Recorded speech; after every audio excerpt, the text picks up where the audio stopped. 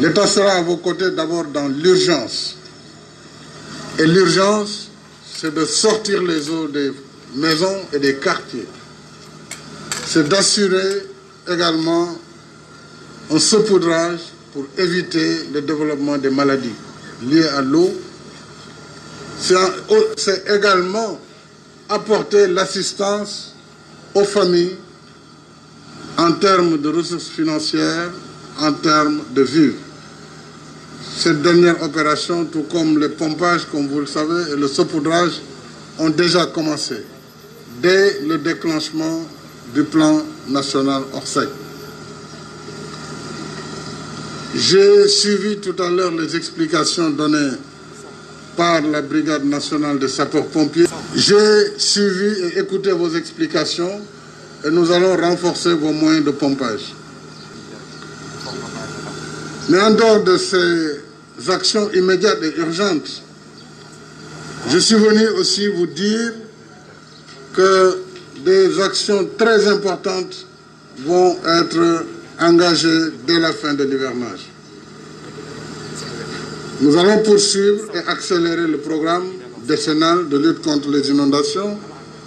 Et dans ce cadre, je puis vous affirmer d'ores et déjà qu'une enveloppe de 30 milliards est disponible. Hier soir, j'ai reçu longuement le représentant de la Banque mondiale et que donc le projet 2 et 3 pourront être engagés immédiatement.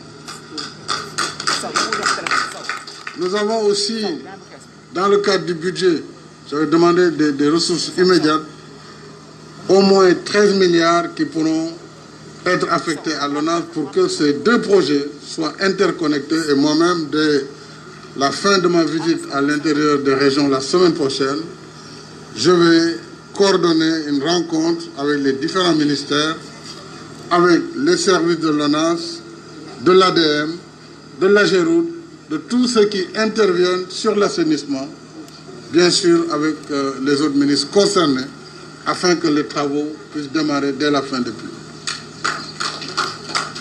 Bien sûr, nous avons beaucoup fait, mais ce n'est pas suffisant. Et nous allons encore faire plus de ce que nous avions fait. Mais je voudrais demander aux maires en particulier, sous la supervision des autorités administratives, il faut que nous cessions de donner des lotissements dans des zones de cuvette. Autrement, tout ce que nous faisons ne servira à rien. Parce que chaque fois que nous aurons traité un problème, les gens iront dans des marigots pour y faire des lotissements. Et donc, dès qu'il y a une pluie, nous aurons encore un spectre désolant des inondations. Donc, nous devons nous aider là-dessus, travailler ensemble la main dans la main, pour que les zones non édificantes ne soient plus des zones autorisées pour l'habitat. C'est ça qui permettra de donner un sens aux actions que nous sommes en train de mener. Énormément de ressources ont été injectées et nous continuons à le faire, puisque de façon globale, le département de Pikine est dans des zones de marécage. Quand vous reprenez les anciennes cartes, toutes ces zones étaient des zones de marécage. Mais nous pouvons faire de l'assainissement et nous le ferons, Inch'Allah. Et l'autre point que je voudrais dire à l'endroit des populations de Malik, de Kermassar, c'est que j'ai décidé, compte tenu de l'ensemble des problèmes qui sont là dans cette zone, la population, la densité, vous l'avez rappelé, monsieur le délégué, les problèmes d'assainissement et d'urbanisation, j'ai décidé vraiment maintenant de faire de Kermassar un nouveau département. Et depuis plusieurs années, d'ailleurs, nous y travaillons. Et je demanderai au ministre en charge des collectivités territoriales, au ministre de l'Intérieur également, de travailler avec les autorités administratives, avec les élus, avec les autorités coutumières de la zone, les maires de Pikine, de Guédiawaye, de Rufisque, enfin Rufisque dans les parties comme Djahaï et autres, pour voir la cohérence territoriale pour le futur nouveau département de Kermassar.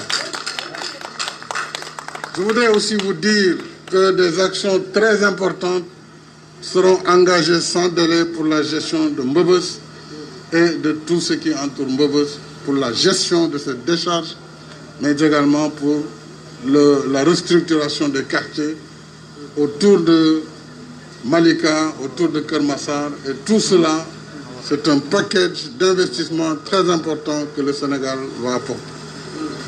Soyez donc rassurés.